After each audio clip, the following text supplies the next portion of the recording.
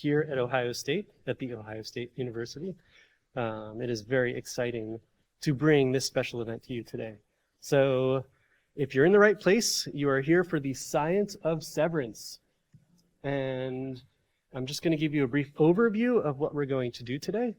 And I'll tell you a little bit about the center. So first, we'll introduce myself actually, and which I did. Then I'll introduce you to our center. We will screen episode 2 of Severance, and then we will have Dr. Vijay Agarwal present some very interesting stuff about his experiences, both as a neurosurgeon and working on the show. And we'll have time for audience Q&A, and then we'll do some closing remarks. So just to tell you a little bit about the center, I think I can see what's on my slides. So we are, I'm just gonna go ad lib here. We've been around since 1989, and we are here to support a community of people who do cognitive science and who are interested in cognitive science. And when we talk about cognitive sciences, that includes a lot of disciplines, including brain sciences, philosophy, language sciences, computer science, and so on. So we have a bunch of parts. We have an academic part where we have our faculty, graduate students, undergraduates, and even high school students involved in our center. And we also do outreach and fun events with our local community. So we've got some nice pictures here, but we are a thriving hub of activity and collaboration. And it's been super fun. I've been involved in the center for much longer than I've been the director of the center, and it has been an essential part of my experience here as a faculty member at Ohio State. So we have a lot of people involved in our center. So we've got people from 45 different affiliated departments. We are housed currently in the College of Arts and Sciences, but people are involved from 45 different departments. We have about 420 academic members from across the university. As most of you know, we have a huge university, which is great because that means a lot of people are interested in the cognitive sciences. And we also have you. So whether you are at OSU or a member of our local community, or even if you've made a few-hour drive just to be here for this, we want to be reaching out and being there for you when you have interest in cognitive sciences. So when it comes to academics, we have an undergraduate cognitive science minor. And also for graduate students, these are typically people who are enrolled in PhD programs. We have an interdisciplinary specialization. And this provides courses, but it also provides a community for people who feel like they want to become a cognitive scientist, and they don't have a major that is specifically, or a department that's specifically cognitive science. And since 1989, we've been here to provide the structure, give guidance about what courses people might take, where they, as undergrads, where they might go on for graduate study and so on, how they might get involved in research. So we are a resource to our undergraduates. And for graduate students, we come together and we have many activities over the course of the year. So here are some of our support initiatives. We get to have some money that we can spend. Last year when I was giving a similar presentation, I said, we have lots of money that we can give out, and I might have gotten in trouble for saying that. But we do have some money that we can spend judiciously on things that will advance our cognitive science community. So we've got summer graduate research awards, and these mostly, what you'll see here, the funding is designed to support the interdisciplinary nature of what cognitive science is. So we've got those research awards, we've got faculty seed grants. If faculty across different units want to come together, do something interdisciplinary that relates to the cognitive sciences, and generate just an investment that will allow them to apply for grants and things like that beyond the seed grant. We have undergraduate student scholarships, and then we have summer programs that are really fun. We have what we call HumCog, that's the Humanities and Cognitive Sciences summer program for high school students, and it's a fantastic program. You get a chance to read more about that.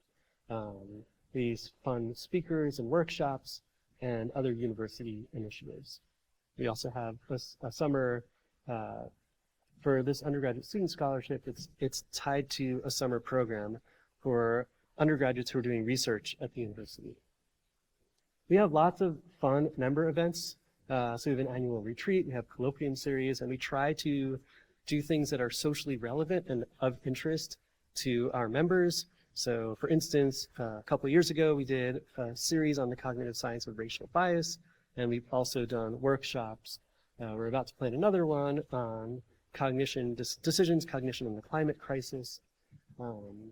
And yeah, as I mentioned, we've got these summer programs that are absolutely wonderful, and they certainly benefit from funding. And yes, if we haven't hit you up already, if you really like what our center is up to, we are never afraid to accept donations. And I know we can do these free events, which is amazing, but what we're specifically interested in is just enhancing the pipeline of the most talented people to go into research careers in the cognitive sciences. So instead of, let's say, having to work 20 or 30 hours a week for the summer to fund your way through college, imagine if you could be getting paid to work in a research lab that is helping you pay your way through college, but also increasing your chances of getting into a PhD program or some other type of professional program. So we love giving out scholarship money, and the more donations we get, the more scholarships we can give out. Okay, so that's really all I want to say. We've got all of our contacts. Come up to any of us and talk to us after the event. We're so glad that you're here. So without further ado, we are going to segue into our screening of episode 2 of Severance season 1. And then after that, I will introduce our esteemed guest, and we'll have a really fun presentation. So thank you all so much for coming, and we're going to get underway. All right. So I hope you enjoyed episode 2. Now we get to move on to the super fun part of our agenda for today. I'm very excited to introduce our featured speaker, Dr. Vijay Agarwal. Dr. Agarwal is a tri-fellowship trained neurosurgeon with a focus on minimally invasive and complex brain tumor approaches.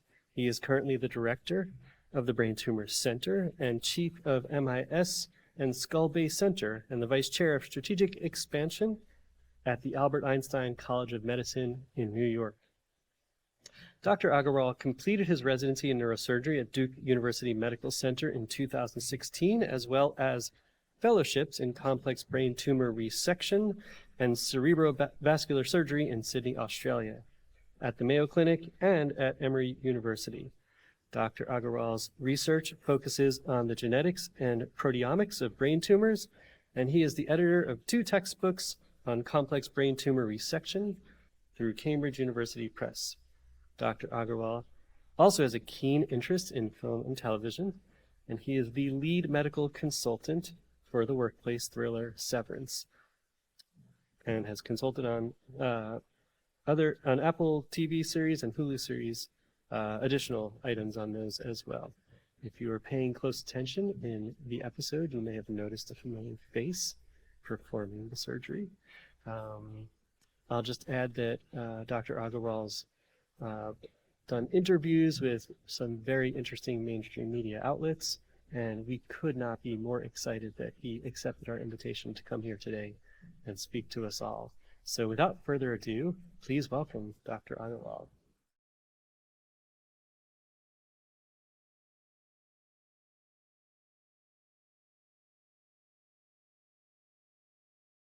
Thank you, everybody, and thank you to Andy. What a great event, and to Lauren for the organization, and really is an honor to be here.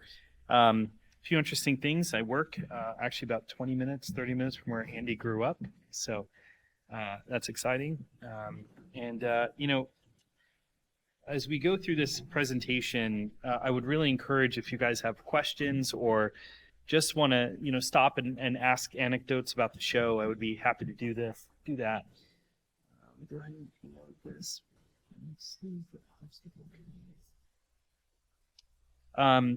It really is an honor to be here, and what a great event. I think to bridge the gap between TV, film, and medicine is extremely important. And so I had no idea this existed before Andy had sent me the message, but I wish more things like this actually existed, and I think it's important to make things like this mainstream. It's the only way to get people interested in the field, in cognitive sciences and neurosciences, and that's obviously a passion of mine. I've also had like a very long interest in TV and film. When I had a stint in 2002, 6 months, where I moved to LA and tried to act. And there's only so many roles as a terrorist you can accept as a brown man. So it was a bit of a rough go. And I remember when I told my mom that I was going to be a neurosurgeon, she sounded a little disappointed because she had always wanted that acting career to come through. So it's a bit rough. But then when I told her that I was actually in this episode, that gleam came back. And so I think there's something really special about TV and film and the role medicine plays there. So I would love for this to be interactive. Again, I'm thrilled and excited and thankful to Andy to be here. And so it's just boring for me to chat. So please just scream anytime you have a question. When they first called me, this was really the mission that we had. The mission was, it's in the future, near future, design a chip. And that's really what Ben said. He said, you really have to design a chip and an accompanying surgical procedure that would allow you to really disconnect from your memories. And so it was a very ambiguous concept that we were left with. They wanted it activated externally, and they wanted it reversible. And I think for season 2, that'll become clear. And they wanted it to be as medically accurate as possible. And I think that was the biggest thing for me. Is I routinely will watch these things on TV, and it's just completely unbelievable. And I really didn't want people to come back and say, wow, that's really bad medicine in Severance. And it was important to the people involved with the show too. I think medical accuracy to Ben, who's a bit of a perfectionist, and to everybody else on the staff was extremely important. They didn't want people looking at the show, and they thought the show itself would lose credibility if, from a medical standpoint, it lost that bit of credibility. And so I remember talking to Mark Friedman, who's one of the writers on the show. It's Mark Friedman and Dan Erickson, both two extremely brilliant guys. And I had asked him, we had spent through COVID, through the writer's strikes, through all of this kind of stuff, we had spent essentially 2.5 years on that one scene. And I asked Mark one time, I said, why are you putting so much money and effort and cost into one scene? That's just one scene. That's 3 minutes into the second episode. Why do you care that much? And he said, well, we want to put the money and the time to the things that are important. And we realize how important the medical accuracy of that scene is into the entire believability of the show. And when you have a show that's really based in the future, it's a little bit futuristic. It's important to make it grounded to reality. So that was always the point of this whole thing, was to make this in the future a bit more believable. And when you look at all the stuff in the TV and film, there's a lot of stuff that's really bad. And so this is a paper from a few years ago that really looked at every time someone coded in TV and film, like how accurate was it? And it turns out it's extremely inaccurate, especially when you look at 2 of the 3 movies that were included in this list of about 25 movies are 2 of my favorite, Mission Impossible and the Bond series. And when you look at it, when you code somebody, for those who are in medicine or pre-med or in the sciences, when you put the defibrillators on and you shock them and they come back to life, if you remember Casino Royale, it's the poker scene where he's in his car. You can only shock certain rhythms. So you can only shock ventricular tachycardia. If you don't have a heart rhythm, you can't shock it back into a normal rhythm because your heart's not working. And so if you're asystole, which is flatline, you can't shock that. And 40% of the times in movies that they looked at were shocking asystole, which was fundamentally inaccurate. So I think to the rest of the population, that doesn't matter, but to the nerds that are actually looking at it, it really kind of kills your soul. And so every time something like that happens, it's noticeable. And I think it discredits the movies a little bit when in film and TV, if you allow those things to perpetuate. And they're really easy things to fix. I think you have to go to the right people, and you have to have the scenes vetted. I consulted on a series on Hulu with Amy Schumer that just came out. And one of the scenes that we consulted on was an MRI scene. And when I walked into the set, everything in the room was surrounded by metal, which it's a huge magnet, so it would fly directly onto the screen. And so they kind of enlisted my help a little bit late, and they were ready to shoot, and I just had to just stop everything. And those are glaring discrepancies, and those are the sorts of things that you want to avoid.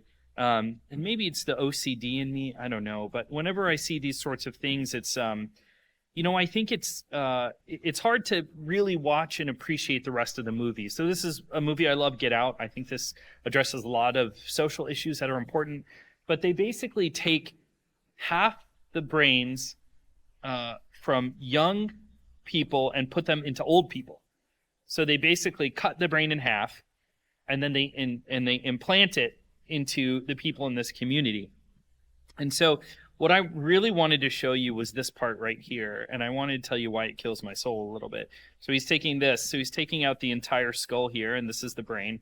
First of all, there's no anesthesia at all. And so that's one thing. And it's supposed to be futuristic, but let's delve into why this doesn't work. So what they're actually referring to is a functional anatomical hemispherectomy. And we do this for people who have seizures, whose half of the brain aren't working.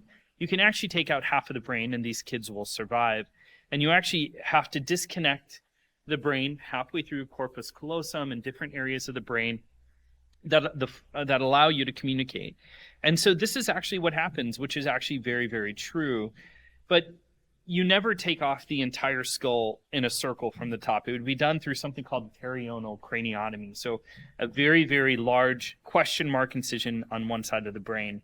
If you had taken off the brain the way that he had taken out in that scene, that patient would have bled out and died on the table immediately. And so, I think for the visual effects of this, it looked pretty cool. I don't know, in TV and film, they love to pop off the skull like that, but it's just completely unbelievable because of the blood supply. So if you're going to reference a procedure that's real, like taking off half of the brain, which is pretty impressive in and of itself, to ruin that scene because you just decided to take the skull off is a tough pill to swallow. This is from the show 911. It's a bit of a dramatic kind of medical series. And this guy named Chimney got into a car accident, and a piece of rebar was impaled through his skull like Phineas Gage, like in the old days. And as you know, that this is very, very possible. So I don't know if you can see that, but he's got a big piece of metal going through his skull. And they're referencing in the dialogue that the brain doesn't have pain receptors, which is actually very, very true. So we'll routinely do these awake craniotomies where I'll drill off the skull and I'll do brain surgery while the patient's talking back to me to make sure that I don't get into an area that's a little bit dangerous. And then if they become plegic or if they start speaking weird, then I just stop operating in that area and I protect that area. We do that actually relatively routinely. So this is the rebar going through the brain here, very much like Phineas Gage. So this is actually relatively realistic. The only pain he would have is if you had a scratch on your scalp, but the rest of the brain doesn't feel the pain. So here is sort of the surgery for that. They have him here, relatively not that inaccurate. They cut through that piece here and then decide to peel it back and then to use what's actually an orthopedics drill to drill through the brain. And then they decide to take off the skull and this kind of triangular piece that they decide to pop out here and expose a piece of the brain in an area where that gauge isn't, and then decide to pull out this rebar from the brain, which causes this bleeding in the back here. But don't worry, Chimney was okay here. I saw the rest of the episode.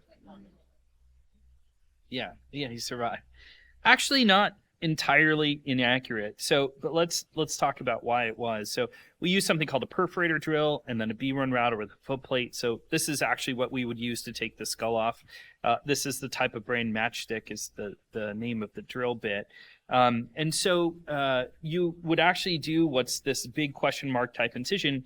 You would actually drill the bone off around the non-missile, we call it a non-missile penetrating trauma. So if you have something basically lodged in your skull and your brain, you basically drill the bone off around there, and then you take the bone around that little island of bone, and then you follow whatever's invading into your brain, you follow that down, you carefully dissect it out.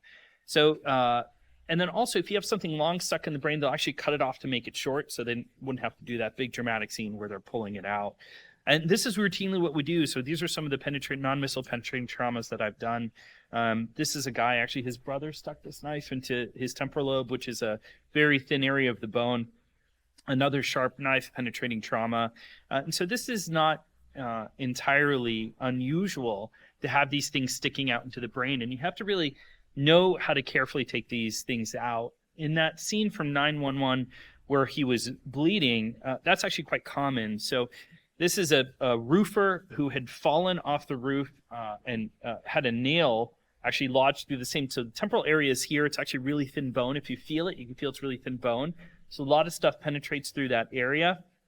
And he didn't realize he had a nail. So this is his two eyes here. This is his skull. And this is the x-ray of his skull. There's a nail just sitting right in the middle of the brain here. He had no idea there was a nail in his brain for 3 days. His wife just said he was just a little bit tired, weird.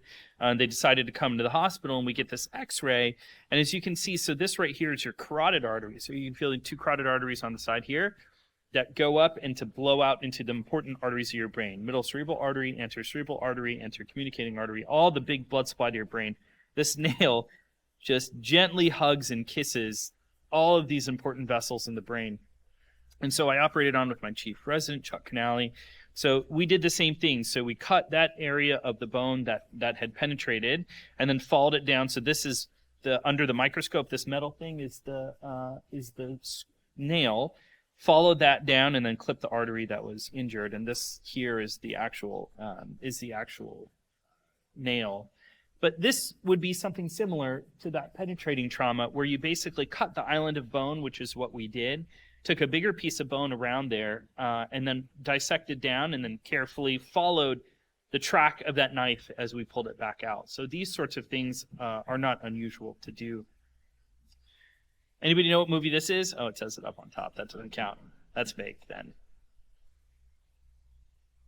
This is a very sort of famous brain scene. Does anybody know what happens here? Oh, yeah. There you go. Cheating. Yeah, well, he feeds him his own brain in this scene. Yeah. So takes off the top of the skull here.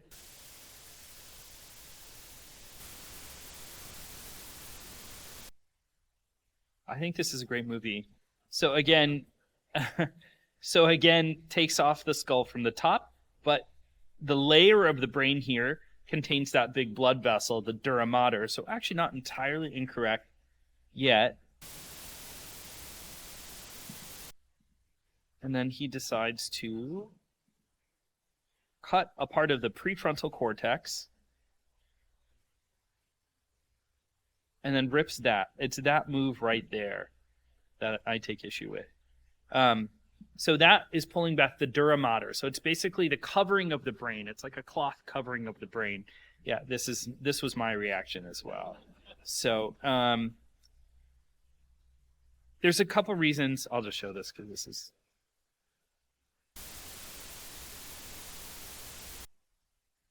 No, you just have to watch the rest of the scene. It's this important. So actually not entirely inaccurate, but let's talk about why that couldn't happen. So when he pulled back, so this is the nose and the ears, when he pulled back this dura, which is the covering of the brain, it contains this really big blood vessel in the middle of the brain. And this is that dura, this is that big blood vessel. You can only take that blood vessel in the anterior third of the brain. If you take it off anywhere behind that, the patient basically dies from venous hypertension. And he pulled back this entire dura mater. So he was doing great with the scene. And then he decided to pull back the dura, and that patient would die almost immediately there. Nowadays, there aren't a lot of ways to die immediately on the table like there were in the old days. That's one of them. So this is called a venous sinus. Venous sinus bleeding is one of the few ways in brain surgery where patients can immediately die on the table. That's one of the few ways people can do it. So those are the sorts of the things that we wanted to avoid when we started this in 2020. And the way this went down is someone from Ben Stiller's staff. As you know, Ben Stiller's really the genius behind this. It's really his baby. Even though he has guest directors, he's always watching. And they called and they said, would you like to consult on a new show with Ben Stiller? And I thought it was a crank call, so I hung up.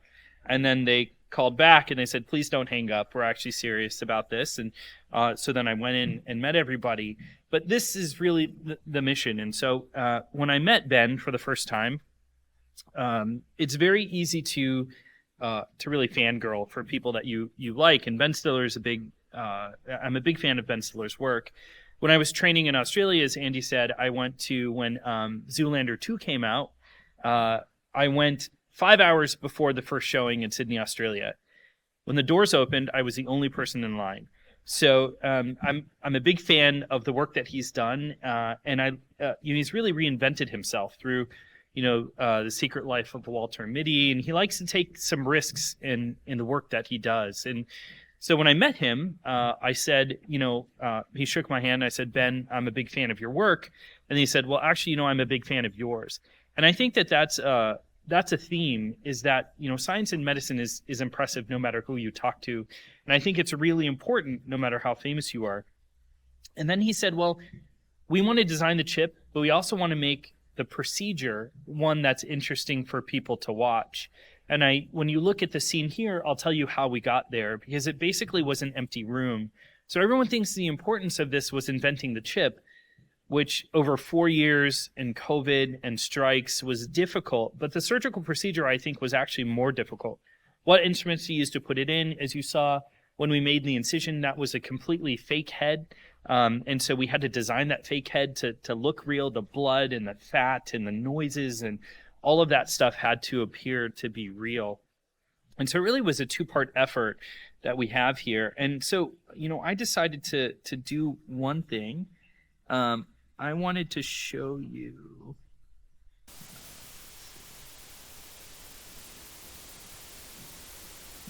So this was actually the deck I showed Ben when we first started. So they use all these weird codes, half loop and tumwater and all this kind of weird stuff. But this was the name of the episode. So they had come up and said, we really want to invent this chip. It could sever memories. In near future, this was in December of 2020. And so that's how they approach it. Dan Erickson is really the writer of this. And so I spent a lot of time talking with Dan about how are you able to turn off memories and what are the ways that are believable and reversible. And again, I think this is a theme that will come back to be an important one. And, for those in the sciences, so how many are in neuroscience, have a neuroscience background? Who's everybody else? Where's everybody else from? Fields of interest, fields of study. Music. Amazing. Nice. So really a mixed bag. It's extremely impressive. So what I wanted to do, I wanted to make it anatomically and scientifically believable.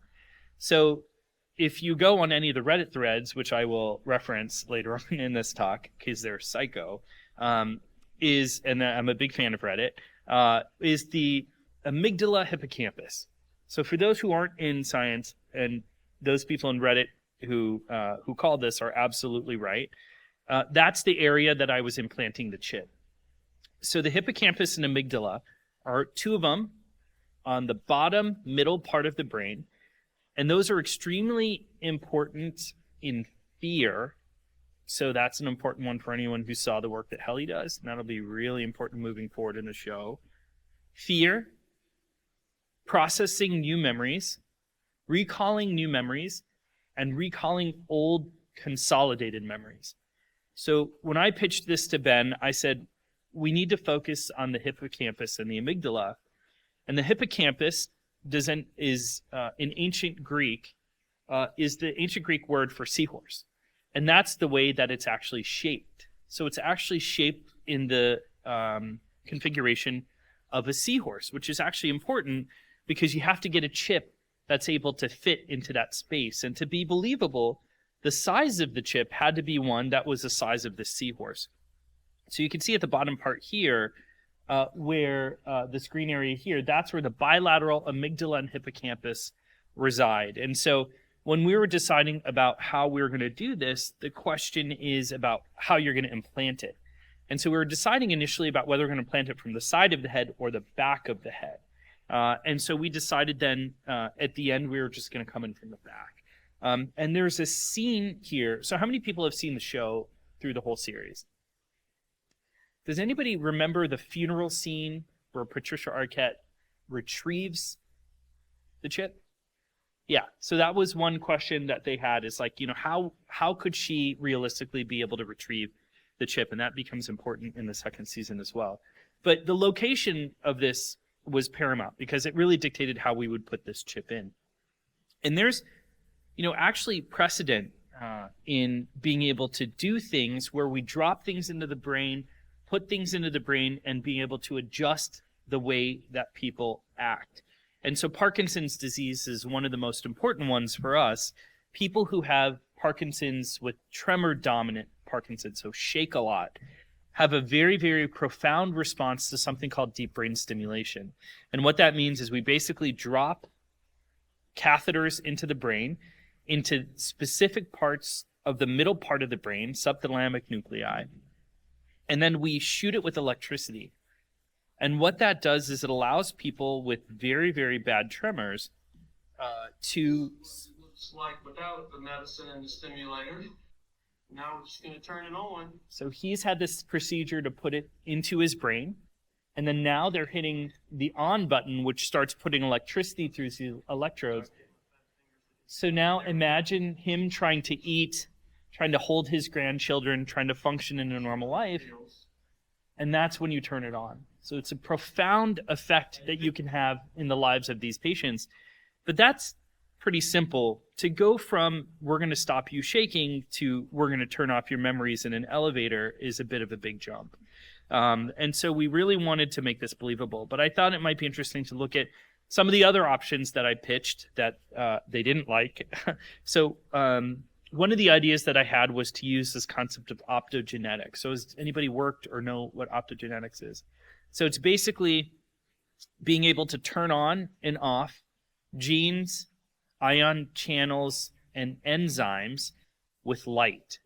So you basically do gene editing. So now the genes in your brain and the neurons in your brain are being expressed differently based off this mutation, which you basically introduce into the patient. They're almost like things like viral vectors and things to basically change the way these neurons behave. But you're able to turn them on and off by controlling ion channels in the neurons with light. So you're able to shine light, and in mice, you can get them to do very profound things by turning on and off light. And so this is an idea that I thought was smart, but they hate it. And so this is experiments in mice where you're able to really activate with light and completely control their behavior. And this is real. So this is real in the real world as well.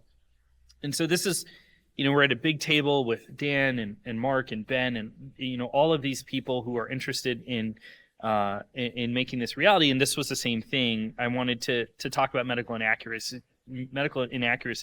So this has been a theme from the beginning. And then I had some comments on the script, comments on some general things, anesthetics. The size was a big one for us. We went through some of the specifics. So that was really just the deck for the pitch, and that's the one that they ended up liking and they wanted to move forward with. But back to our presentation here, so that was really the chip. We really wanted to go based on size of this seahorse, this hippocampus, and we wanted to and be able to place it directly in the amygdala and in the hippocampus. So that was a chip. Then we worked with the prop masters and the designers to make a chip that was really aesthetically pleasing. So that was just 50% of the battle. And then the second 50% of the battle was in terms of the procedure.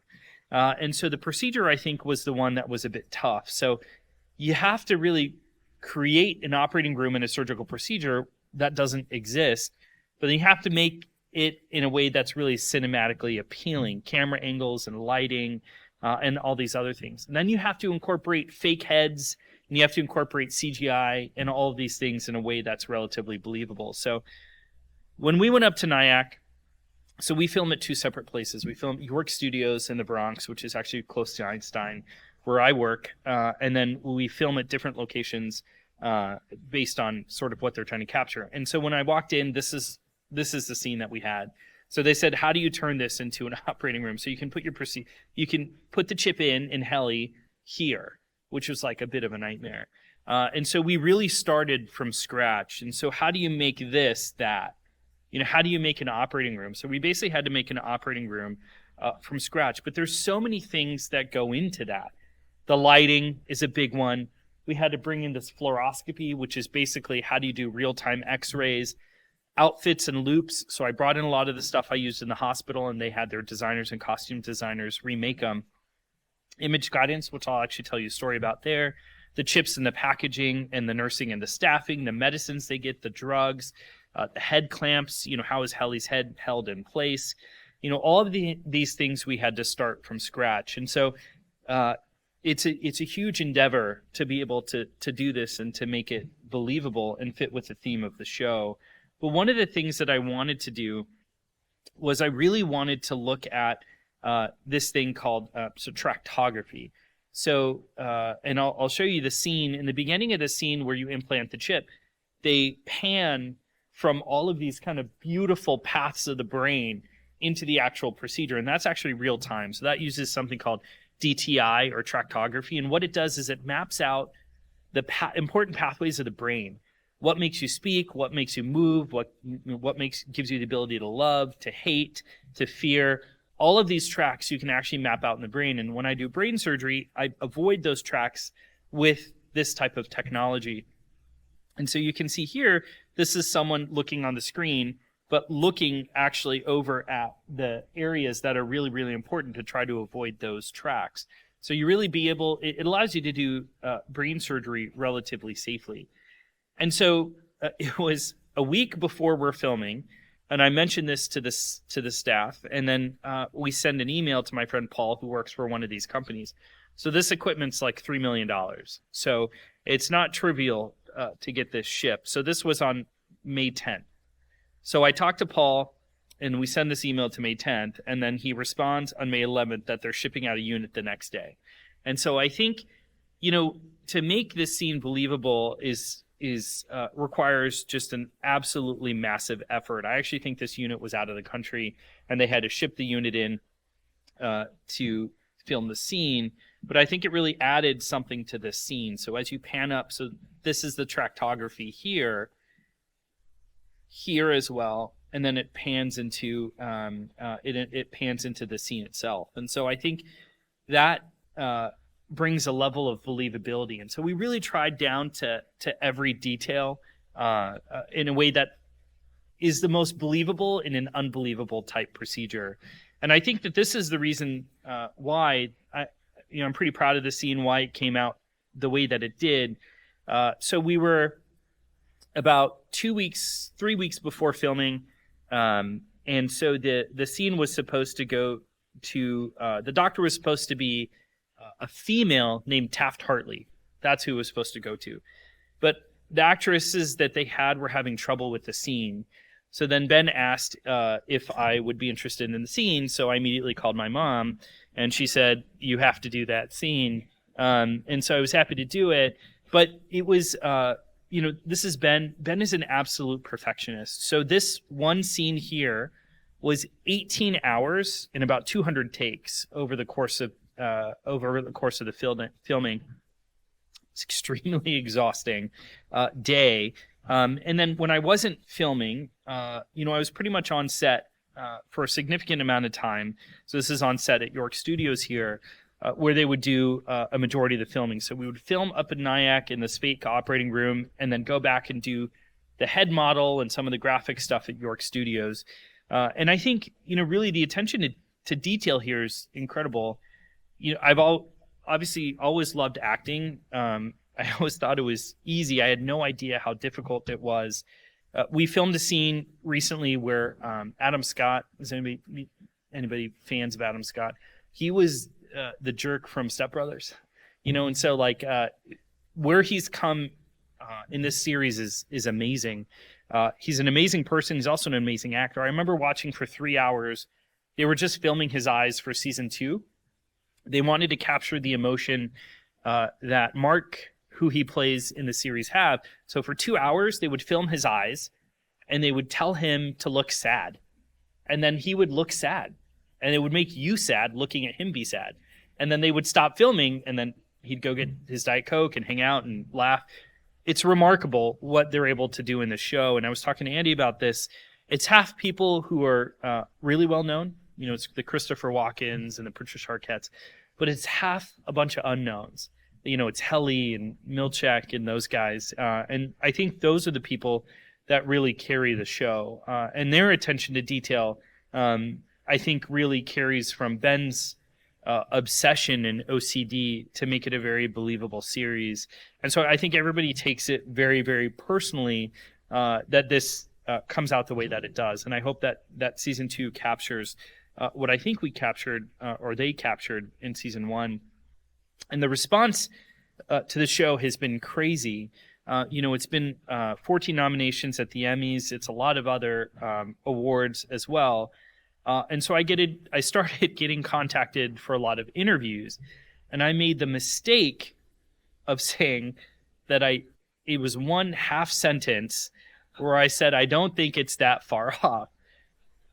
But apparently that caught fire, and it was everywhere. My purpose of the interviews, when they called, I said, yeah, I would be happy to talk about the show. I'm like actually very proud of the show. I love the show. I've become friends with the people on the show. I love it. You know, I think it's good TV. And I think it's just enjoyable, you know, and that's what we need. And this was like an off the cuff comment. Well, I don't think we're that far anyway about the show. And it just absolutely exploded. And then it became about how I think it's not far off. We're going to be living like this. And that wasn't my intent of the interview. I remember I was in Central Park. I was walking my dog, Titus, Roman at that time, actually, Roman. And I remember saying that comment and thinking, oh, I hope they don't blow that out of proportion. And then they absolutely blew it out of proportion. So, but the joke's on them, because 2 years later, I don't know if anybody saw this in the news, with Neuralink. So Neuralink, this was just a couple of weeks ago, March 21st. So Neuralink, Elon Musk, you hate him or you love him, is very interested in brain science, cognitive science, and rehabilitation, being able to really manipulate the brain. And so their Neuralink is basically a brain implant that they put in to try to help people who were paralyzed be able to think, dictate movement based off of their thoughts. And this is their first patient. So they implant these at a place called the Barrow Neurologic Institute in Phoenix, run by my buddy Mike Lawton. It's a great program. But this is basically the results of the first patient that they implanted. So he's able to play chess. He's like apparently super into video games. So he's playing video games with this implant as well. And they're actually not the only ones that are doing this. So this is a company called Synchron. So Synchron is actually based in Andy and my neck of the woods in Brooklyn. And the way that Elon Musk does Neuralink is by implanting this directly into the brain, much like that deep brain stimulation. The way that Neuralink does it is a little bit different. So they go through an artery in the leg, in the groin, and they threaded up that artery into those important arteries where that nail was that I showed you. And they put this chip, so they call it a stentrode. So it's a stent that shoots its electrical signals to try to help people to move again. And so Synchron is the biggest competitor to Neuralink, and I actually think has more potential. But there's a whole host of other companies who are also doing this. So joke's on them, because it's actually not that far off from happening. And so I think we're incredibly far from being able to selectively turn off memories. But does anybody, can a film or TV or anything come to mind that addressed something similar years ago? That's one. That's a great one. That's the movie that I took a lot of inspiration from, Eternal Sunshine. I do love Total Recall, though. Eternal Sunshine. So I love Jim Carrey in serious roles. I think that's where he thrives, and that was an amazing movie. And that's sort of, I think they touched on some of the themes that come from being able to selectively turn on and off memories. And that's, I think that's the bigger issue. And Dan Erickson, who wrote the show, that's really what he was trying to get at, is now imagine that you have profound loss, but you're able to selectively eliminate those memories. And that's what the show directly addresses. Because for Mark, that is, you can see a lot of this, he's trying to self-medicate with alcohol, but a lot of this is from profound loss and profound emotion that he's experiencing. So imagine if you're able to selectively eliminate those memories that cause you pain. And that's where I think, that's what I think is actually interesting. But there's a lot of different companies going after this. The only reason Neuralink is popular is because Elon Musk is a psychopath. So that's the only reason that company is making headways. But I love that this is actually happening now because it brings interest to the neurosciences, and I'm always a big fan of that. But when you talk about how far off we are, we're really freaking far from something like this happening, because this is from yesterday. So this was yesterday morning. So Sadi Gatan's a good friend of mine. So I'm faculty, I run the Brain Tumor Center at Albert Einstein. And so we had him come in to talk about pediatric epilepsy. So kids who have seizures. It's a huge problem, right? So it's a huge problem. But this is sort of, he's talking about the latest and greatest, but it's difficult to see this. But what this is how we surgically manage epilepsy is by sticking a bunch of electrodes into the brain, trying to find out what areas of the brain are overfiring, and then going in and ripping those areas of the brain out. And that's what we do. That's the cutting edge of surgical management of epilepsy. That's not that cutting edge, I don't think. So Andy mentioned it, I run the complex brain tumor center at Einstein, so we do pretty much just complex stuff. This is a case I did Thursday before flying out here. So this is a team of 3 surgeons. This is us at the head, this is the flap team at the thigh, and this is the oculoplastics people here. And this is a guy who had an invasive high-grade meningioma. People are familiar with that. So it's a tumor that comes from the covering of the brain. He had invasive high-grade meningioma. So we basically took his face off. We took the tumor out of both sides of his brain. We took his thigh, sewed it to the vessels in his neck, and now his thigh is his face. That's the only thing he can do to survive, but that's a bit barbaric, right? So that's to talk about a chip being able to selectively affect memories. This is what I do for a living, right? I'm really busy. So if this is the case, that's how far off we are from doing these things. But I really want to try to underscore for you how far we are from that. So I'll turn off the stuff. So in my field, one of the rock stars is a guy named Harvey Cushing. So he was one of the father of neurosurgery and brain tumor surgery. This is him doing his 2000th surgery in 1920. So 100 years ago. So this is the defect here. These are the cotton patties here. This is a temporal lobe tumor. This is me in 2024. It looks exactly the same.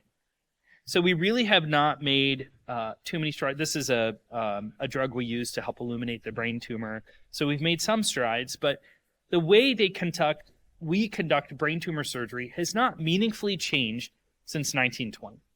And so we have a long way to go to be able to address these things. And so my passion, for anybody who's followed my social media, I encourage you to do that at Dr. Vijay _Agarwal.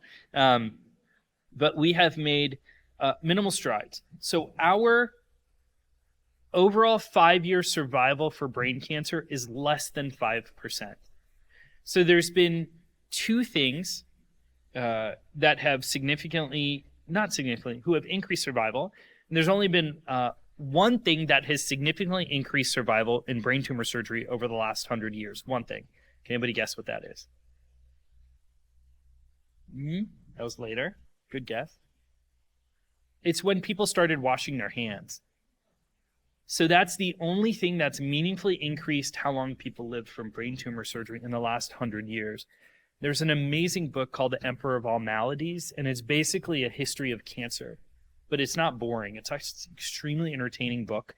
And they talk about the history of medicine and cancer and all of the things that we've done. But we have not meaningfully made strides in brain tumor surgery or brain cancer. And that's what I've pretty much devoted the last 20 years of my life to. And probably the next 20 years is specifically to brain cancer, which is a real real passion of mine. But I want to get back to, so we haven't made significant strides or as many strides as we need to make. So that was really the point here. Let's get back to Reddit.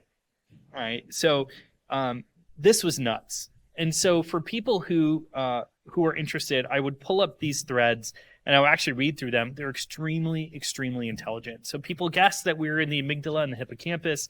People guessed the location. People found where I work, found the work that I do. People found they knew the synaptive technology.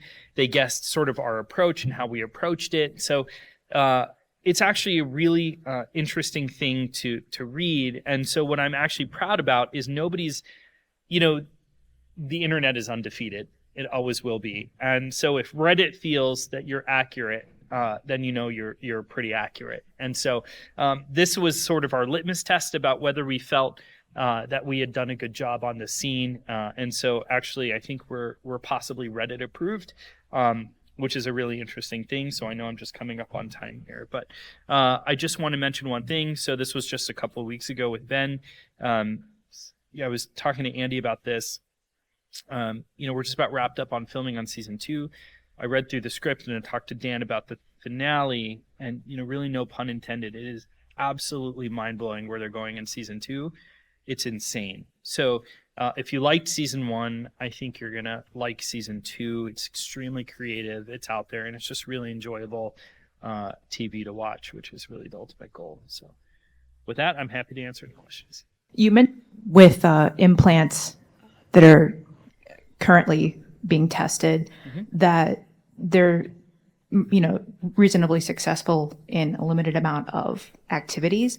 How do you see implant rejection in the future of kind of concurrent technology or interventions we'll have to develop in order to prevent kind of implant rejection issues in the future? Yeah, good question. I think one of the biggest problems is infection. So that's about 1%, and a lot of the infections happen in the first 6 to 12 months you put it in. Problem is those infections can be catastrophic, and so you're basically seeding the outside world into your brain when you put an implant like that. So ventriculitis is basically infection of the fluid-filled sacs in your brain, and certain bugs have a 70% mortality rate. So if you get infected with those bugs, 70% chance you're not going to make it through. And so you really have to justify putting these things in people. And that Elon Musk patient, Neuralink patient, had a diving accident where a wave took him into a sandbar, and he was quadriplegic, young, healthy guy, quadriplegic. So it was justified. I think infection is going to be number one.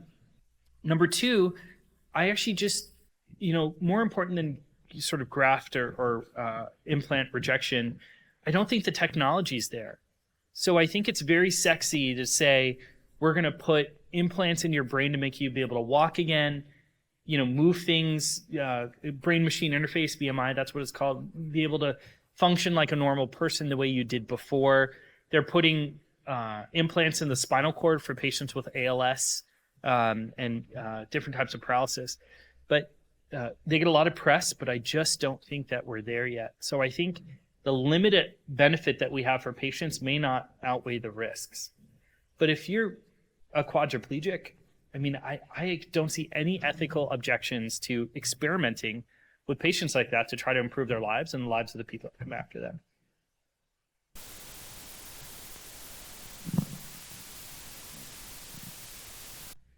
Oh, you put that. I'm putting my Twitter handle up here. Thank you. Fascinating. Yes, if any of the work you are doing for the show or work that you are doing in your own research, given that you're thinking a lot about segmenting or compartmentalizing memory. Wait, hold on. Where are you? Oh, right here. Okay, good. Is any of that, is anybody then looking at the reverse and thinking about how to use procedures like this or research like this to think through how might this impact Alzheimer's or similar conditions? Yeah, I think the problem is that we don't even understand the condition. So we're so far back from a neuroscience, from a neural understanding of what we're doing. So Alzheimer's, you have plaques and tangles, devastating disease, plaques and tangles. People are trying to attack the plaques and the tangles. You got to attack the reason you get the plaques and the tangles. You know, like you can't go after the end result. Why do we get that? Why are people prone to that? Nobody knows the answer to that. So I think part of the problem is we're trying to counter the end result as opposed to the reason why you're getting the pathology in the first place. Like if you really want to cure Parkinson's, figure out why people get it. Alzheimer's, figure out why people get it. Bruce Willis, early dementia, huge problem. I'm dying to see this Vanessa Williams documentary, by the way. Apparently she has early dementia as well. But we have to take a step back to understand the reason why people get things. One of the, all I do is see people with brain tumors. And the number one question I get is, why did I get this? Why is it my cell phone? Is it this? Did I hit my head when I was younger? None of that's true, but we don't really understand why people get it. So I think the problem is that people are treating the symptoms. Parkinson's, they're treating the tremor, which is great for that. But I think if we want to advance the field, we have to understand why people are getting these things in the first place. All right, so you mentioned that you were interested in acting, and then what led you to make that change to do like neurosurgery and then like your fellowships after that? Well, it's easy to make a change when you're not getting any parts. So, it was always sort of something in the interim. So just to step back in my background, I was an engineer as an undergrad. I went to UCLA a long time ago, graduated in 2002. And then I took 3 years off. So I had a failed soccer career and then a failed acting career in the meantime.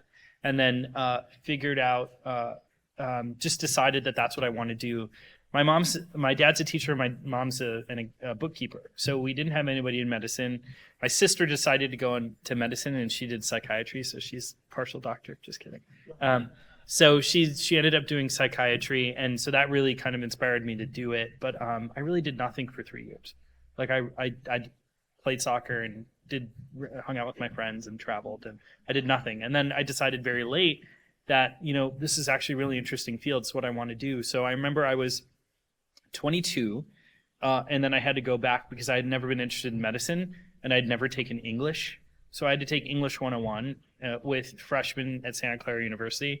And I went in, people were like, "Oh, you the teacher?" I'm like, "No, I'm just here to take English 101. I had to take all the pre-med courses. So, I just kind of followed the passion. I was really interested in it, and I knew I was interested in some type of tumor work. I wasn't sure what. So then I just went back and made a change. But I decided much later than most people. How stick really is the brain? And there's a lot of like diverging information regarding that. Yeah. Some people say that as soon as you read a book, your brain instantly revives. So yeah, how neuroplastic is it? Yeah. And also, how does meditation brain? Yeah, that's a great question. So I'll start with the first one. So the younger you are, the more neuroplastic you are. So if you take out half of your brain when you're older, it's not going to work. You have to do it when you're young. And they can regenerate things like eyesight that, from double vision and things like that. So the younger you are, the more neuroplastic you are. The older you are, the more difficult it is. There is some neuroplasticity that occurs, but nowhere near happens in the developing brain. So meditation's an interesting one. So there's studies to show that actually meditation changes the structure of the brain and definitely changes your ability to respond to things like stress. And so when you look at your fasting AM cortisol, so if you're above 10, it tends to be a bit dangerous. I live at 12 because I have a stressful life. So, but people try to reverse them with things like ashwagandha and like meditation.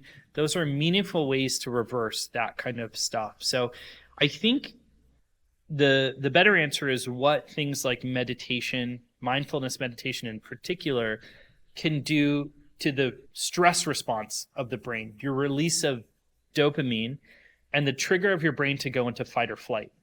Because the more often you do that, the more stress it is on overall on your body. So activation of your mTOR pathways and things like that. So I think it's the end result, how your brain responds to stress is much more manageable when you keep those responses under control.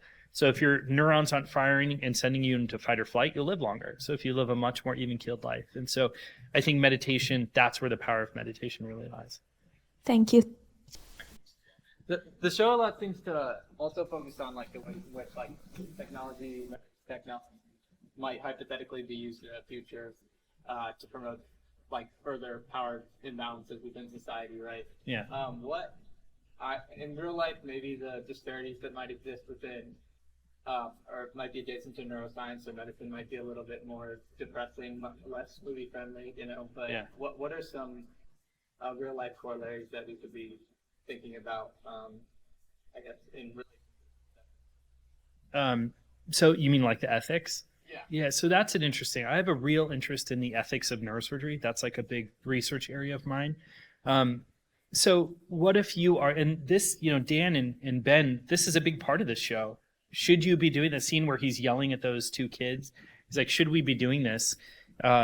Is it really consent if your innie never consented to the procedure? Because those are two separate people. So is it actual informed consent for a procedure? I'm not sure that it is. And then what if people want to shut off certain memories? So someone witnessed a murder. What if you're able to shut that off? And then they're no longer like, you know, can put the people in jail, things like that. So people who want to selectively eliminate memories. And one thing I always thought about, if you're able to shut off memories, can you put in new memories that are actually not true? So people are actually thinking these things are true. So then do you accuse someone of a crime that you're convinced you saw them when they weren't really there? So that's one that I always thought was an interesting one. If you take memories out, can you put new memories in that are not true? So this might be kind of a basic question maybe, and then I have a little fun thing to put at the end of it. So what's preventing us from getting as much information as we can about these different, like where memories is storing? Like what is the impediment to us learning as much about those types of things? Mm-hmm. And then just my fun thing is like, you know, how, since we don't know much about that, how far are we from uploading our consciousness to machine brains? Yeah. Just as a fun thing. Yeah. So interesting. So we don't have a good way to measure specific things within the brain. We do these functional MRIs where you tap your finger and it shows you what part of the brain is represented there. So I know, like schmucks like me, don't scoop that out during surgery. So we don't have a good way to identify what's actually happening. So you can identify, are you moving your finger? And is this area activating? But how do you say, okay, generate the emotion with that one memory, so then this area is representing your brain? We don't have a good way to test that. So I think we don't even have a good way to identify these sorts of cognitive salient things. We don't have a good way to identify that. We're very primal and basic in terms of what we're able to test, even with the advanced imaging that we have. And I think that we are far off from any kind of AI. You know, the writer's strike, people who followed it, it was one of the big things with the writer's strike was replacing actors with AI. They fought not to replace the actors with AI, and that was a big part of the strike. But in terms of the actual intelligence that's required, there are too many variables and pivots that require things like emotion and salience that I think we're very, very far off. You can have AI do a lot of the basic menial things, but so, for instance, if you want to take out a brain tumor, you can have like a Da Vinci robot or a robot come and do the steps as they're listed on paper. Cut this vessel, come around. But the problem is when a vessel you didn't anticipate start bleeding bleeds. That wasn't in your original algorithm. Like brain surgery is actually quite easy. It's all the things that you don't anticipate that are actually hard. And AI has this difficult time with the unanticipated, but it's perfected the anticipated. So if you're going to plan an AI program or someone to do something exactly as planned, then they've got it. But if there's any deviation from the norm, we are light years away from figuring that out. So I'll probably have a job for a while. Heck, all right, that's one of us. Yeah. So after like working with the show and seeing like the potential uses of implants, have you thought about in your field of like tumor removal, the potential uses of implants to like modulate tumors and like stop their growth, kill them per se? Yeah. You know, implants are interesting. So we do something at Einstein where we take tumors out and then we actually put little tiles into where in laying the cavity. So you take that tumor out, there's a big hole, and then you surround the hole with little tiles that then secrete radiation or chemotherapy, platelets radiation directly into that area. And so there are lots of adjuncts that we use in brain tumor surgery like that, but we don't know why those things occur in the first place. So we have tons of development going on right now. Like we have a trial that's going to open up a phase 3 looking at, it involves ultrasound with some other stuff. So we are looking at actively in terms of devices and in all different sorts of ways to try to attack the tumor. Problem is that we still don't understand where they're coming from. But this ultrasound thing that we're doing actually has real promise. It's a drug and ultrasound together, and I think we've seen some pretty outstanding results early on. So people are always looking at different ways of doing it. I was wondering, how do you juggle everything that you do? Like neurosurgery, I've heard of like 80-hour work weeks, like helping with the show, your dogs, or like, doing these talks. And how do you do that? Yeah, no, it's a good question. I'm not sure. I think that's the first one. So I took those 3 years off, undergrad 3 years off, then I went to med school, and then I did my residency, and then I did the 3 fellowships. And so it's a long journey. So you're old and poor, and then you're like, and then you really start your life. So it was really busy for a long time. But I always think, I get this question a fair amount, but like, I think you have time for things that you think are important. So it's busy. So like this week, we did 3 big brain surgeries on Thursday, had to finish my talk, and Saudi was there Friday, so we did that, flew out here. Like I think you find time for the things that you think are important. And so that's all that I would say. And 80 was on a light week. So as a resident, we used to work 120 hours a week. So we worked about 120 hours a week for about 4 years straight. And so it's absolutely brutal. And so back then I could never do all the things that I do now, but I think you can prioritize the things that you think are actually important. It doesn't matter how busy that you think they are. That's the best advice that I could give. So just because thinking about implants, and this might be an ethical question, could implants be used in the future to monitor brain activity in a way that MRIs might not be able to? So like, when you put yourself in an MRI, you're kind of outside of your typical living existence, which might, affect the brain differently. But if you put an implant in someone and you watch their brain activity for, 20 years, could that kind of unlock some thoughts? You have something, huh? So this right here is an implant that they use for seizures. So they basically put this in the skull, and if people are having seizures, they put electrodes in. The electrodes detect the seizure and then shoot electrical signal before the seizure activity gets to the other neurons. So it actually detects you're having a seizure before you know you're having a seizure. It's called responsive neurostimulation, RNS, because it's responding to the area that's trying to seize, which is purple, shooting the green electricity to counter the purple electricity, and then you have no idea that's even happening. So it's fighting the purple seizure activity before you know you're having a seizure. Apparently it's like a 70 to 80% response rate to that. So this RNS is a game changer when it comes to seizures. So this is, to your question, exactly why. It's just, I was going to incorporate it in my talk, so I'm glad you asked that question. So these sorts of things people are looking at doing. This Sadi Gatan, my buddy who was giving the talk yesterday morning, this was one big thing he was talking about, responsive neurostimulation. So responding to something before you know you have it with electricity against electricity, so that you don't even know you're having a seizure. So you don't even know this is happening, whereas you would be on the ground having a seizure. Yeah. It realizes it, counteracts it with electricity, and you have no idea. With 70 to 80. I was still thinking about that earlier conversation where we were talking about Sorry, like where are you? right here. Sorry. Okay. Like, when they go through the elevator and just like even after that traumatic experience, it shuts off. But I think there's one other line, I can't remember which episode it was, where they say something, PD says something along the lines of, I see that you carry the grief down in there. Like, you think that you just forget it and it's over, but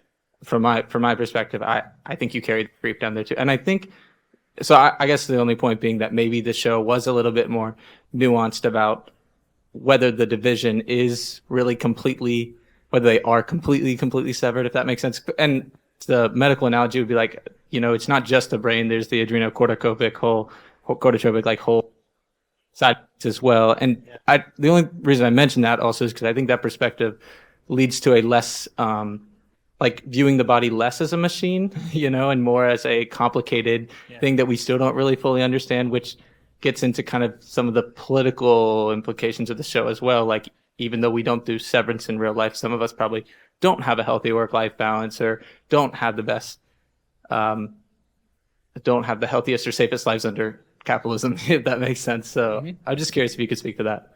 Yeah, I think that's a big theme of the show, because at the end of season 2, Petey was looking at his innie in the mirror.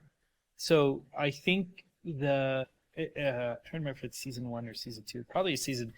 Yeah, Petey had this reintegration sickness, and so he starts having these flashbacks, which you start seeing at the end of episode 2.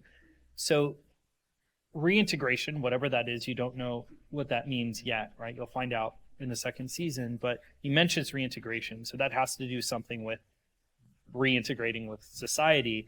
So you're stopping this innie stuff and you're an outie again, but you remember your innie self and the memories of being an innie. So I think it tries to address that.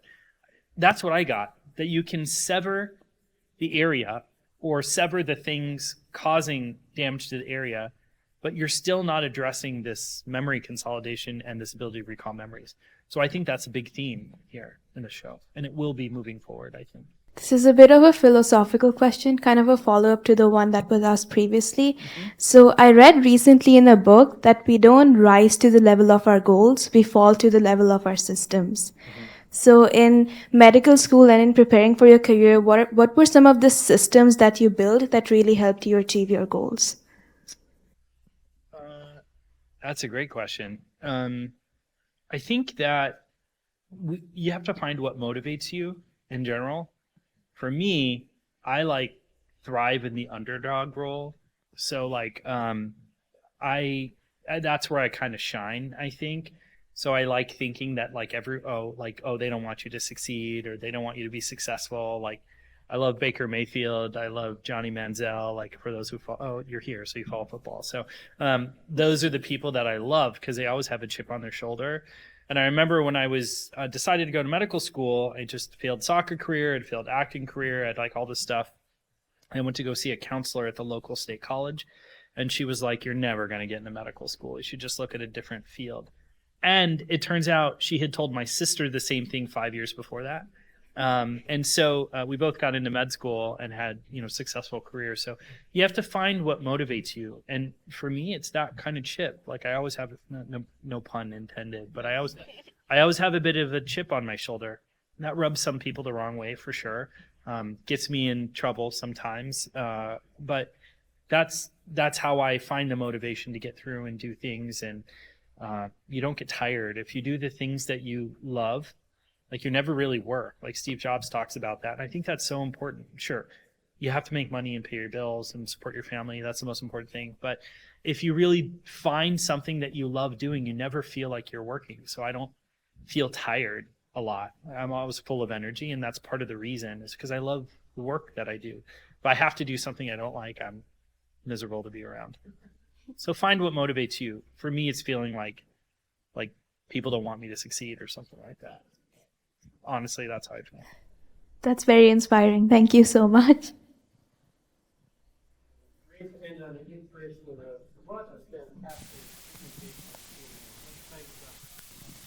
you.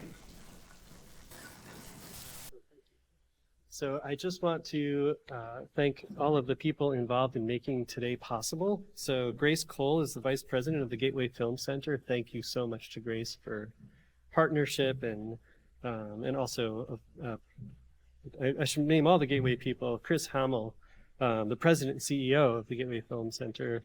Both Grace and Chris, not necessarily in that order, were just so incredible in working with us. So welcoming, this is the first time CCBS has done an event here, and I can say it's unlikely to be the last. What a great place to do things like this. all of the Gateway Film Center staff who helped out setting up the AV and the event today. We are so grateful. Sachi Kuta, who is an undergraduate student here at OSU, also works in the Cognitive Control Lab, was passing the microphone. Thank you so much to her. And Chi Mutiso for doing our filming. Thank you so much. She works in CCBS as a student. And then we've got Tian Yu Shang, who is taking photos today. Thank you. And of course, huge thanks to Lauren Marshall, who is our, we always like use different titles for her official title, but she's our administrative coordinator for the Center for Cognitive and Brain Sciences. And not just this event, she makes everything we do possible. So let's just thank all of those people together. Thank you so much. And finally, I want to thank all of you, our attendees. Without you, we wouldn't get to do fun events like this. So when you come out and you enjoy and you tell others and you come back to our other events, not that I'm trying to twist your arm, but pretty much every event like this we do is amazing, so shouldn't miss any of them. Really, but thank you so much for coming out. When we put in the time and effort to make events like this happen, it feels so great when people come away feeling like they've learned something, they've had an inspirational experience, they've had an intellectual growth experience. That's what we're here for. Thank you so much for coming, and enjoy the rest of this beautiful spring day. Thank you.